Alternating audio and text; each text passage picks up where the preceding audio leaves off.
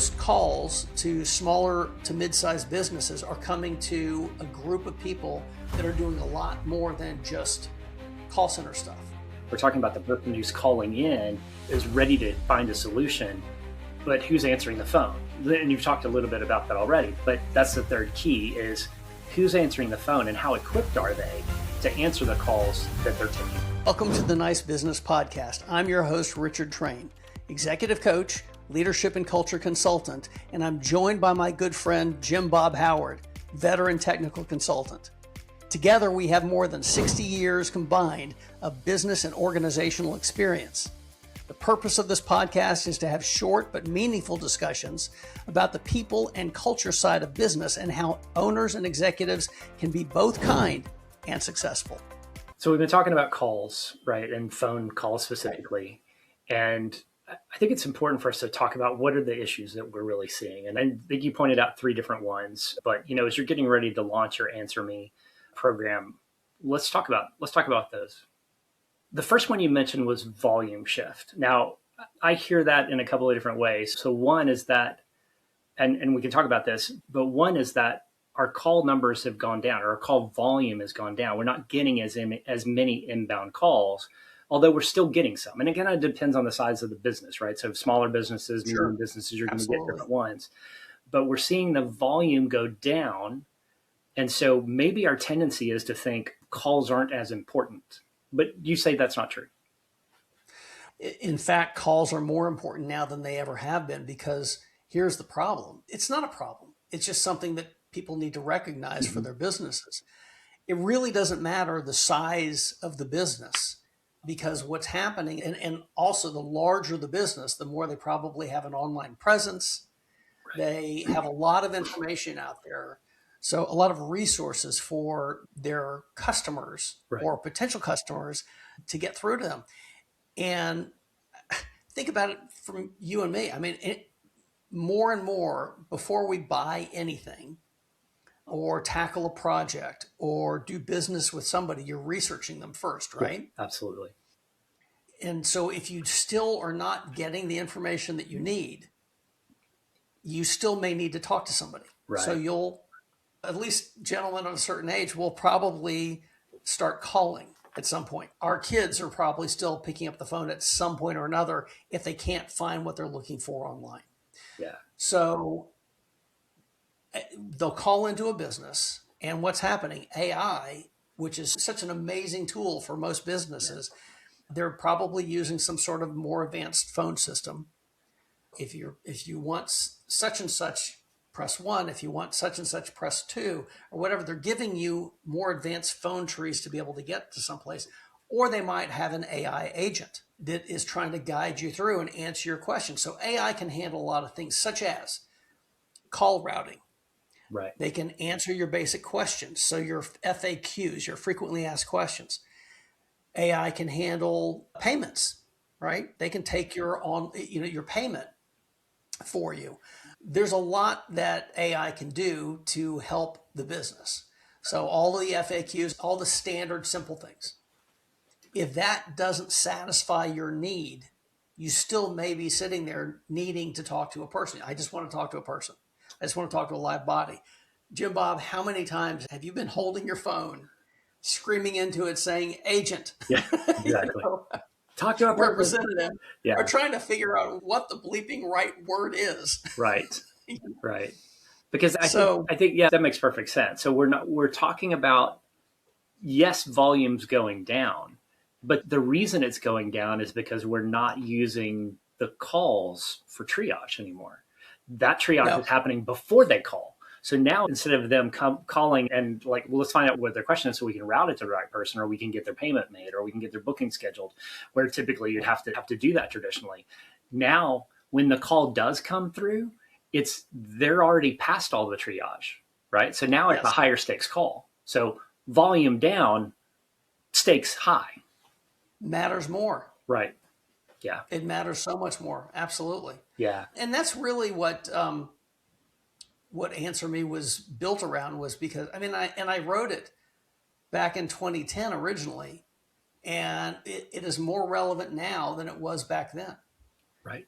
Because calls are fewer. so they matter more. And it's handling them correctly is way more important, because you don't know how many people you're not being able to give the answer that they need to. So let's talk about the person who's calling in. Okay. So we've talked about the fact that they've already been triaged to some extent, maybe. Depending on your business and how you have things set up and what the process is to actually talk to a person, when that Mm-hmm. happens in the process and what it is that they're calling about. I can see that there are some times when I'm just trying to get an answer to a question that I couldn't look up online, right? I may have asked AI to help me solve something. I may have done a Google search. I may have, gone to your website and looked through as much as I could. And I'm sure it was really pretty, but maybe it just didn't have the answer to the question. I want to know the ingredients on this particular thing, or I want to know how this particular thing is made, or how do I work with that service? Or it could be even higher stakes than that, which is I've got an active problem I'm trying to solve, and none of the other avenues have done that for me.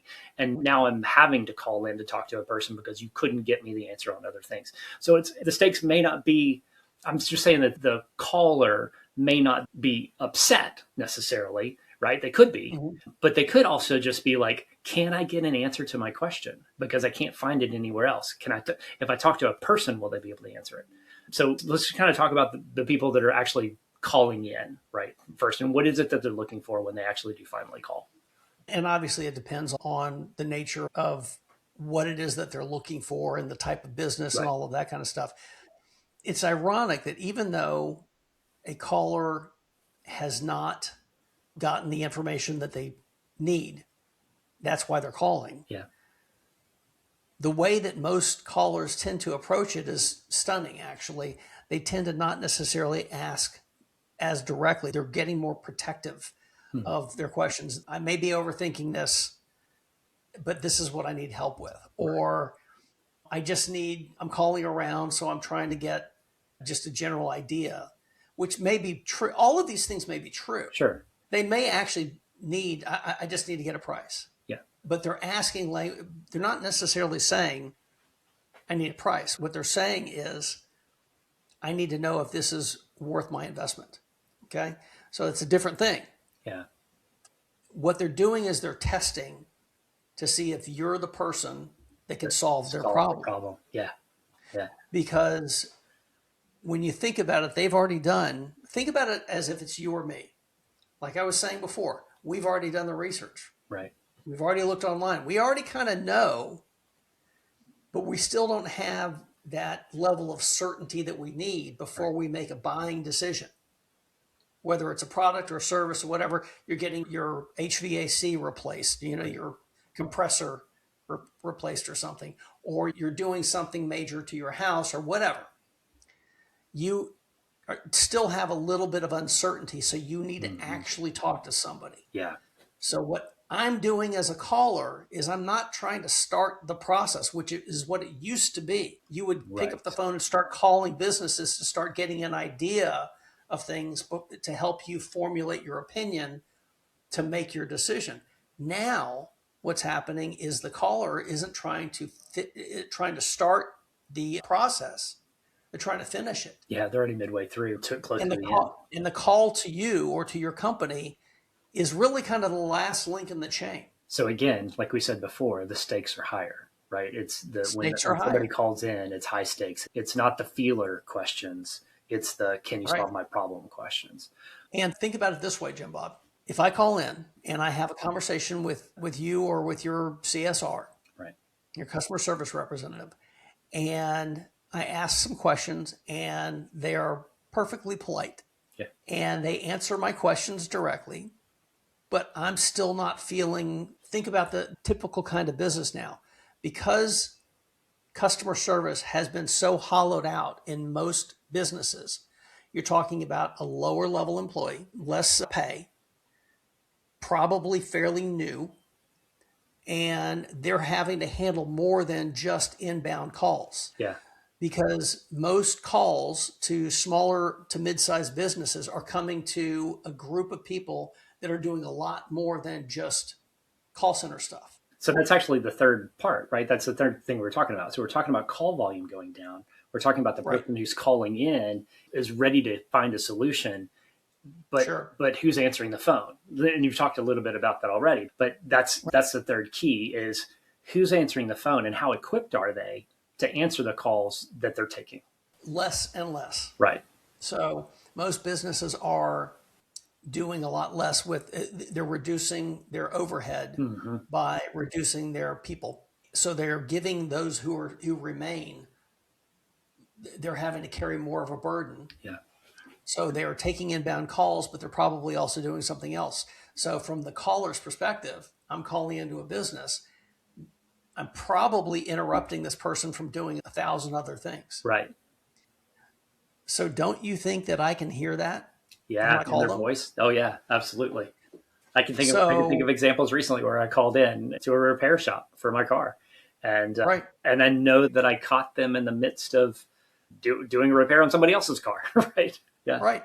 yeah, And that's a small business, but yeah, large businesses, in many ways, it's even worse because they're either offshoring their call center. So it's a whole phone tree just to be able to get through a person there who probably has, they're fielding thousands of calls yeah, and you're just a number. yeah. So how important are you? So there's a lot to take into consideration. So that's what a lot of businesses are having to deal with right now, but they're also not looking at it from the caller's perspective. And typically, too, just onto the person answering the phone. Typically, the way we've done this, because we were when the call comes in, we're thinking triage first, route later, and Mm-hmm. solve the problem later. Isn't it don't most I mean is traditionally hasn't it been a script that we've handed our CSRs, right? So they've got, like, if the customer says this, we say that. If the customer says this, we say that, right? So it's a way to kind of walk through to try to figure out where I need to route this person for their final solution, because this isn't it. I'm not the person making that solution. I have to say, first and foremost, and I will say it loud and proud, I hate scripts. I hate them. I hate them. And you know me, I don't hate much of anything or That's true. anybody, That's but true. I hate scripts. Yeah. Think about it this way, Jim Bob. Yeah.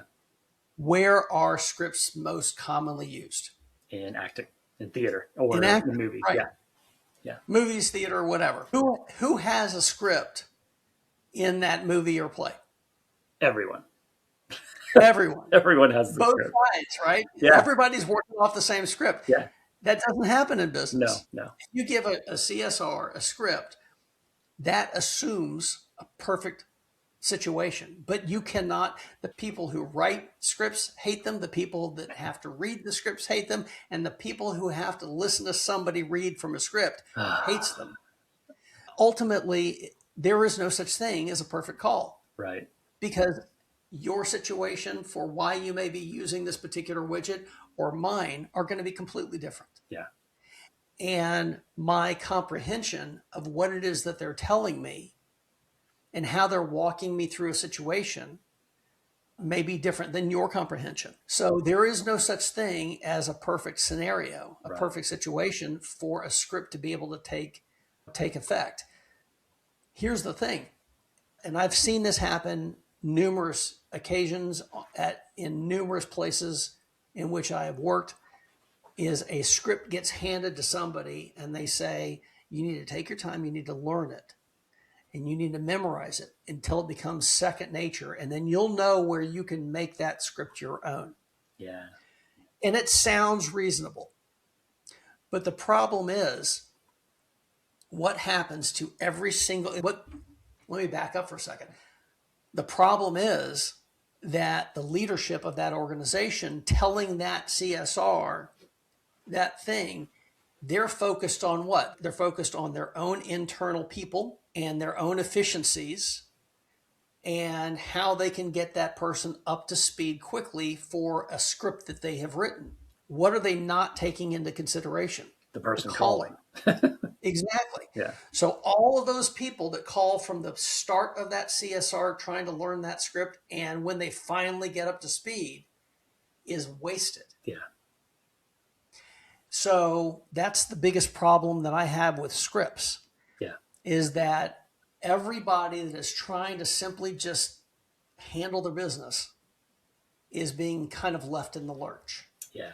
in the meantime. That's the main reason why I really can't stand scripts because it is not customer focused or customer friendly, and it's really not friendly to anybody. Well, it's good to know that Answer Me is not about script writing. It is absolutely the anti-script Right.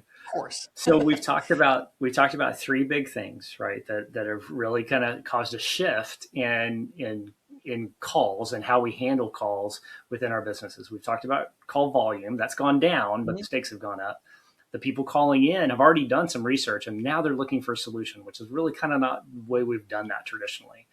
And then the third is that we've assumed that it still works okay to have someone be given a script, maybe the lower tenure, the lower paid person, or maybe even outsourcing it and offshoring it.